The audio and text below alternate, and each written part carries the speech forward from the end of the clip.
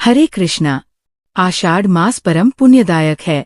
ये वही महीना है जब आकाश में घनघोर घटाएं छा जाती है, पवनों में एक नई महक घुल जाती है और साधक के हृदय में श्रीहरि के प्रति विरह की लहरें उठने लगती है।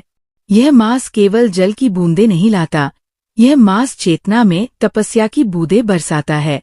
और आज की कथा एक ऐसी रहस्य से परिपूर्ण कथा है जिसे सुनकर आपके रोम रोम में भक्ति की तरंगें उठेंगी और अंत तक आप ये जानने को व्याकुल रहेंगे कि कौन था वो अद्भुत भक्त जिसने स्वयं भगवान श्रीहरि को आषाढ़ की अमावस्या पर एक असंभव निर्णय लेने को विवश कर दिया। तो चलिए कथा आरंभ होती है, एक ऐसे ग्राम से जो अब पृथ्वी पर कहीं नहीं है, परंतु जहाँ कभी भगवत भाव की ऐसी गंध बहती थी जो देवलोक तक को आकर्षित कर लेती थी। बहुत समय पहले की बात है। आषाढ़ मास की एक अमावस्या की रात्रि थी। पूरा गांव बादलों की गड़गड़ाहट से थर्रा उठा था। बिजली की चमक के बीच एक बूढ़ा ब्राह्मण कांपते हाथों से तुलसी की माला जप रहा था। उसका नाम था देवदत्त।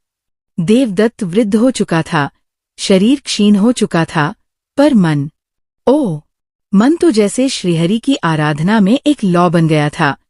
उस दिन की रात विशेष थी क्योंकि देवदत्त को एक स्वप्न आया था और वह स्वप्न उसकी समस्त साधना का निर्णय सिद्ध होने जा रहा था।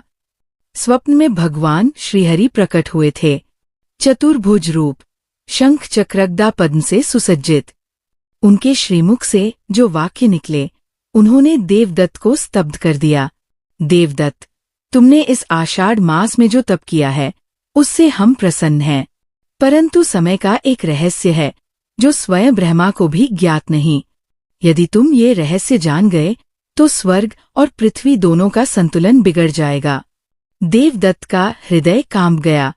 क्या कोई ऐसा रहस्य भी हो सकता है जिसे जानना वर्जित हो? क्या भक्ति की पराकाष्ठा भी एक सीमा पर पहुंचकर रोकी जा सकती है? और यदि वह रहस्य प्रकट हो गया तो क्या स्वयं श्रीहरि भी उसे रोक नहीं पाएंगे? अगली सुबह जैसे ही गांव की जनता अपने अपने कार्य में लगी, देवदत्त गांव के प्राचीन वटवृक्ष के नीचे गया जहां वर्षों से वो संध्या वंदन करता आ रहा था। आज उसकी वाणी में कंपन था। वह श्रीहरि से पूछ रहा था, हे नाथ, आपने स्वयं मेरे तप की परीक्षा ली, अब मुझे बताइए वह रहस्य क्या है जो आप छिपा रहे हैं? और फिर तभी उस वृक्ष की छाया में एक रहस्यमयी साधु प्रकट हुआ। उसका मुख तेजस्वी था, परंतु आंखें रहस्य से भरी हुईं। उसने देवदत्त को देखा और धीमे स्वर में कहा, यदि तुम वह रहस्य जानना चाहते हो तो आषाढ़ मास की पूर्णिमा की रात्रि को नील पर्वत के नीचे स्थित जल गुहा में प्रवेश करना होगा। देवदत्त चौंका। नील पर्वत? जल गुहा? उस स्थान को तो गांव वाले मृतों का द्वार कहते थे, जहां जाने वाला कोई लौटकर नहीं आता। परंतु भक्ति में जहां प्रेम है वहां भय का स्थान कहाँ? देवदत्त ने निर्णय ले लिया, वह जाएगा और उस रहस्य को जानेगा जो स्वयं श्रीहरि ने छिपा रखा है।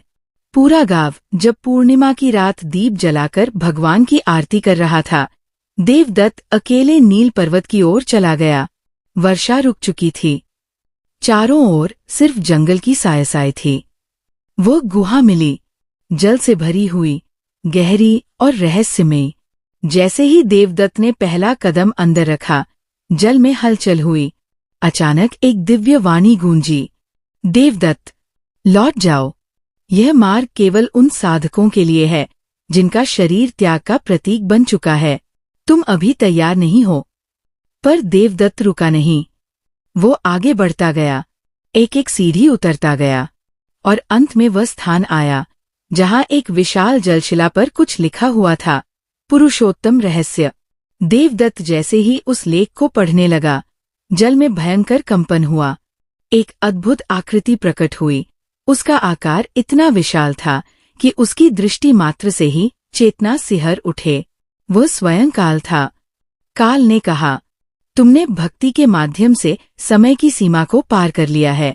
अब जो तुम जानने जा रहे हो वह केवल तुम्हारे लिए नहीं, संपूर्ण सृष्टि के लिए एक युगांतकारी रहस्य बन सकता है।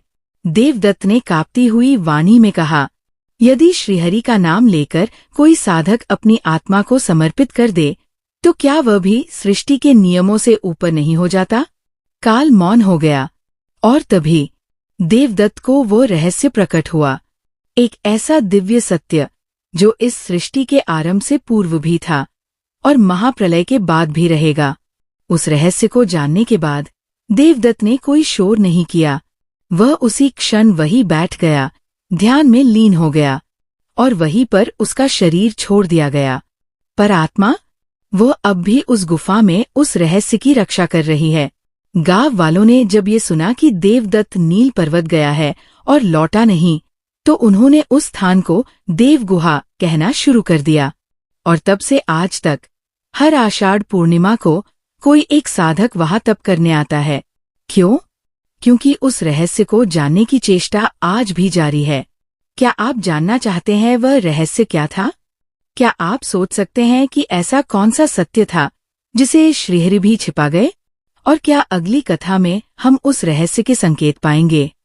तो जुड़िए अगली कड़ी में, जहां प्रकट होगा वह युवा साधक जो देवदत्त की आत्मा से मिलकर उस रहस्य को जानने वाला है। पर क्या वह जीवित लौट पाएगा या फिर वह भी काल की आंखों में समा जाएगा? हरि बोल। जय श्री हरि। जय